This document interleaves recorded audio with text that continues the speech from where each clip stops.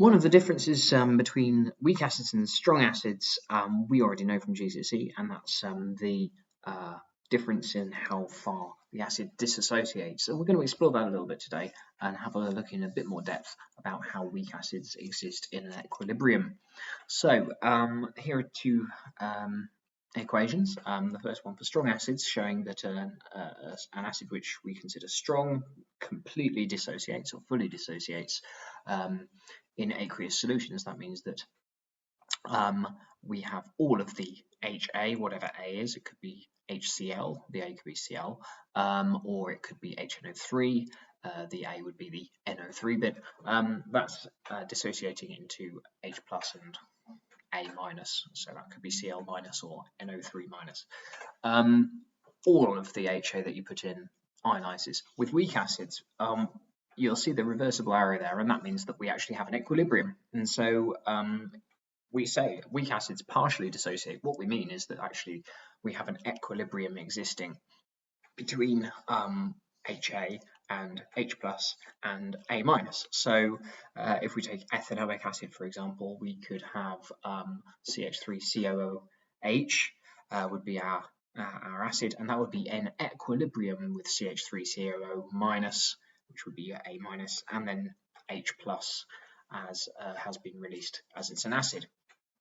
So as we know that it's existing in equilibrium, we know that we can put an expression together for an equilibrium constant. And slightly differently to how you normally write equilibrium, you would write the equilibrium constant in this case is Ka, because it's the equilibrium constant associated with an acid's dissociation, and we actually have a name for this. We call it the acid dissociation constant. And the expression for that is exactly as you'd expect it to be, having studied equilibria. And it's also obeying the same rules as you would expect it to. For example, we know that Kc is dependent on the temperature.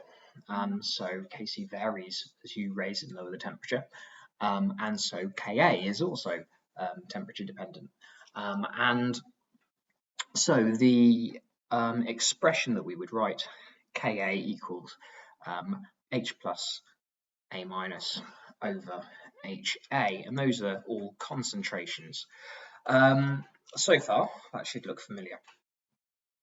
So Ka tells us something. If you have a look at the expression at the bottom, you can see that the quantity of H plus that we produce is on the top of the fraction there, and so therefore the more it dissociates, the larger the Ka number is going to be. So a Ka which was like 10 would be a lot of H plus and not much HA left, and equally a Ka of 0.00000005 would be the other way around. There would be a lot of HA present and there would be not much H plus. And actually, when we have a look at some Ka values, which can be worked out by experiments in the same way that we measure other equilibria, we can see that these values are all actually really, really small. The ethanoic acid there is 1.8 times 10 to the minus 5. We have phenol, which is 1.6 times 10 to the minus 10. Now, I've put hydrochloric acid on there, and the eagle-eyed of you will go, hang on, that's a strong acid. Yes, it is. Can you see that also has an acid dissociation constant, but that's actually 1.3 times 10 to the 6. So I've just put that on there just so that you can compare them. You can see that what we mean by a strong acid is really we have millions of particles of H plus and A minus, and maybe one particle which is still existing as HA. Basically, everything in chemistry exists as an equilibrium. It's just a question of how far it's shifted, and the hydrochloric acid is really, really well shifted over to the right-hand side of the equation. We have essentially everything being H plus and A minus, so our equilibrium constant there is 1.3 times 10 to the 6. That's enormous. If we have a look at The second one which is on there, which you might have spotted and thought, hang on, that's not an acid, is ethanol. We consider that not really an acid, but the proton on the OH group can behave sort of in an acidic way. If you've reacted it with sodium, you would have seen that it essentially behaves as an acid, but the Ka for that is 1.3 times 10 to the minus 16. So that's a tiny, tiny, tiny number, which means that actually ethanol is near as makes no difference. It's neutral.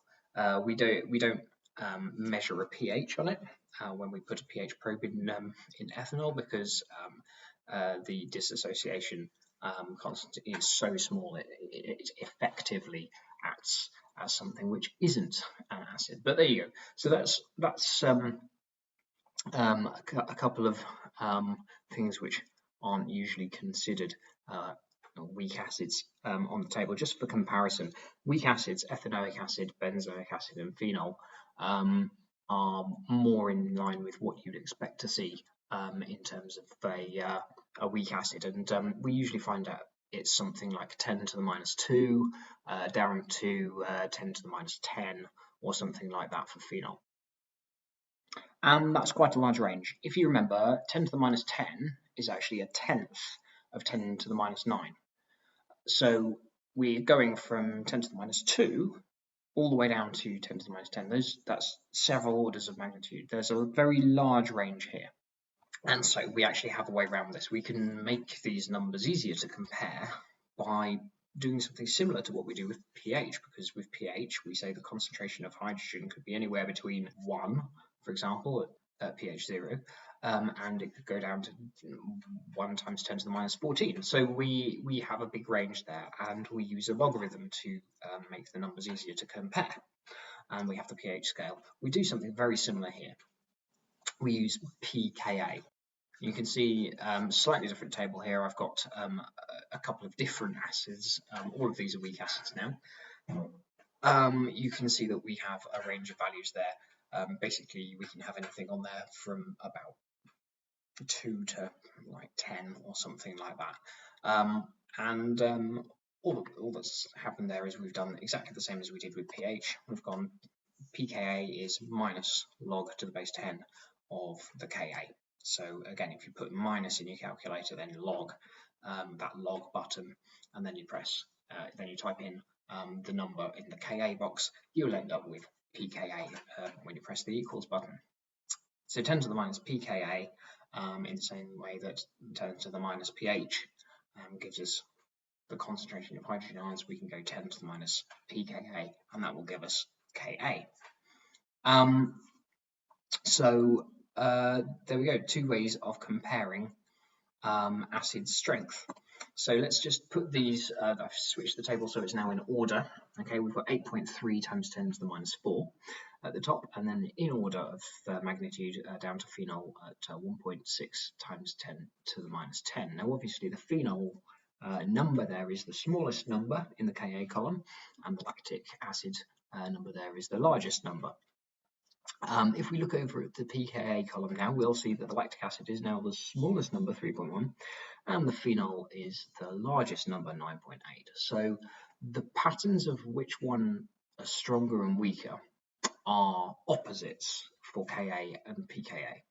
So for the strongest acid, which is lactic acid, the largest Ka number is the strongest acid, and the opposite to that is smallest. So with pKa you have the smallest number. When we look at the weakest acid, phenol there, we see that we have the smallest number for Ka, but we have the largest number for pKa.